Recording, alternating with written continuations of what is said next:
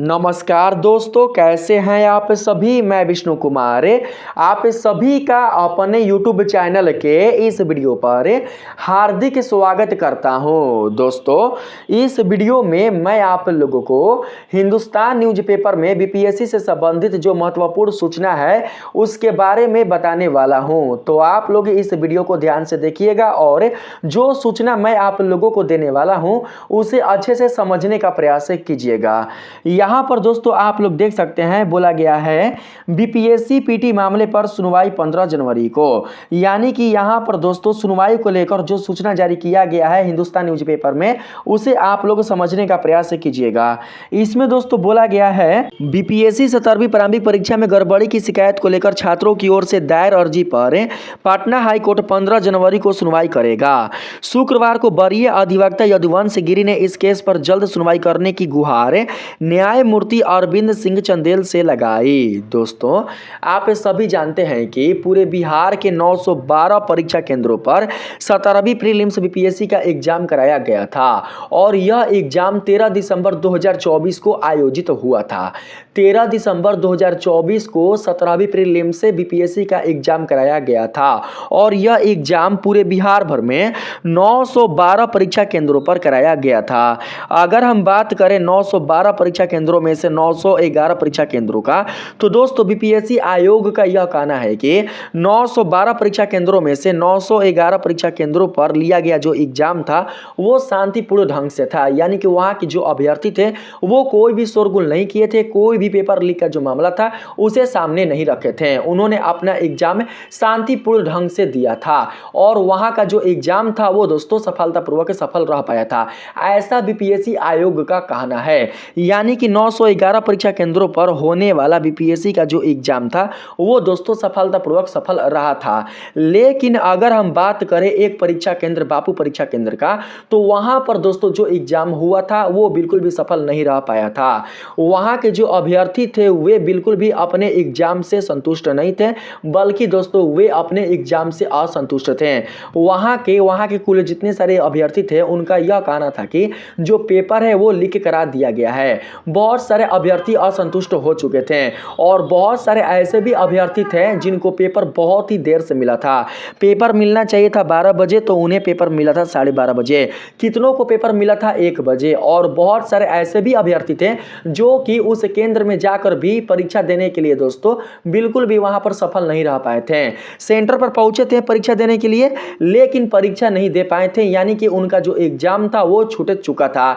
इन सभी चीजों को ध्यान में रखकर जो बीपीएससी आयोग है उन्होंने पुनः से री एग्जाम लेने का फैसला लिया था। उन्होंने इसके लिए एक नया डेट जारी किया था 4 जनवरी। उन्होंने अपने सूचना के माध्यम से, अपने नोटिफिकेशन के माध्यम से यह बताया था कि 4 जनवरी को एग्जाम फिर से कराया जाएगा और यह एग्जाम केवल उन्हीं बच्चों का होगा जो बच्चे बापू परीक्षा केंद्र वाले होंगे। बापू परीक्षा केंद्र में जिनका जिनका एग्जाम दिया गया था उन सभी अभ्यर्थियों का एग्जाम 4 जनवरी को होगा, ना कि सभी सेंटर वाले अभ्यर्थियों का एग्जाम 4 जनवरी को होगा।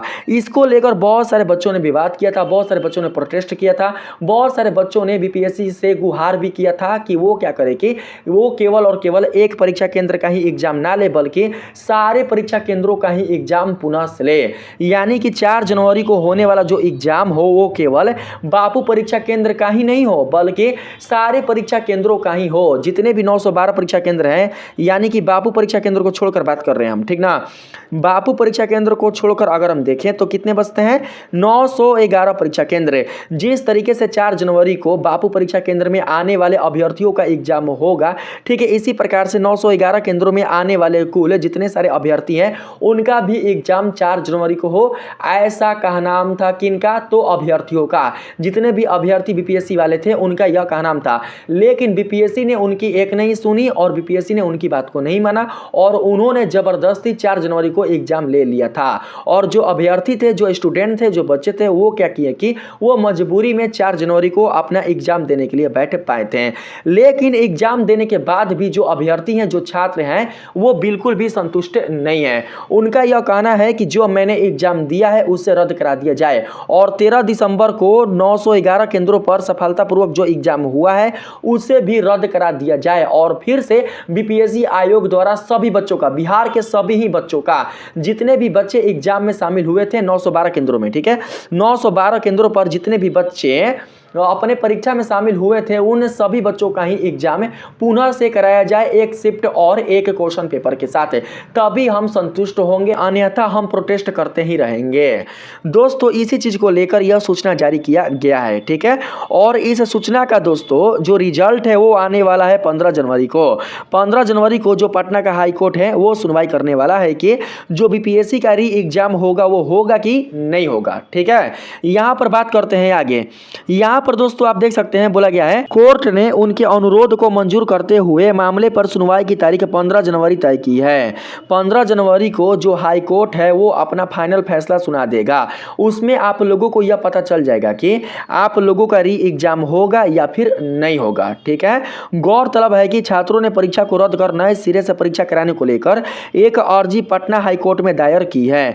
पटना हाई कोर्ट में जाकर छात्रों ने दोस्तों एक अर्जी दायर की थी और यह अर्जी किससे संबंधित थी? यह अर्जी री एग्जाम से संबंधित थी। री एग्जाम से दोस्तों यह दुहाई संबंधित थी।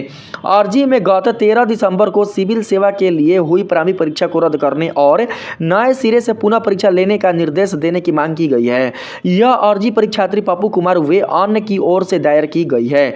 यानी कि केस करने वाले कौन है? तो पप्पू कुमार है, जो कि परीक्षार्थी हैं। परीक्षार्थियों ने ही हाई कोर्ट में केस किया है। हाई कोर्ट में दोस्तों उन्होंने अपनी बात रखी है और जो हाई कोर्ट है उन्होंने क्या किया है कि उन्होंने दोस्तों यह कहा है अभ्यर्थियों को कि 15 जनवरी को वो अपना फैसला सुनाएंगे। आप लोग 15 जनवरी का वेट कीजिए, देखिए कि 15 जनवरी को हाई कोर्ट अपना क्या फैसला सुनाता है। अगर 15 जनवरी को हाई कोर्ट यह कहता है कि बच्चों का री एग्जाम लिया जाए तो जो बीपीएससी आयोग है वो री एग्जाम आप लोगों का लेगा। लेकिन अगर हाई कोर्ट कह देता है कि आप लोगों का अब री एग्जाम नहीं होगा तो अब आप लोग उसमें कुछ भी नहीं कर सकते हैं। जो आप लोगों का एग्जाम हुआ है उसी में आप लोगों को अपना सारा चीजें देखना होगा और आगे मेंस की तैयारी में आप लोगों को लग जाना होगा। जैसे ही अगर कोई भी सूचना बीपीएससी आयोग या फिर न्यूज वालों से आती है तो मैं आप लोगों को अपने इस वीडियो के माध्यम से बता दूंगा।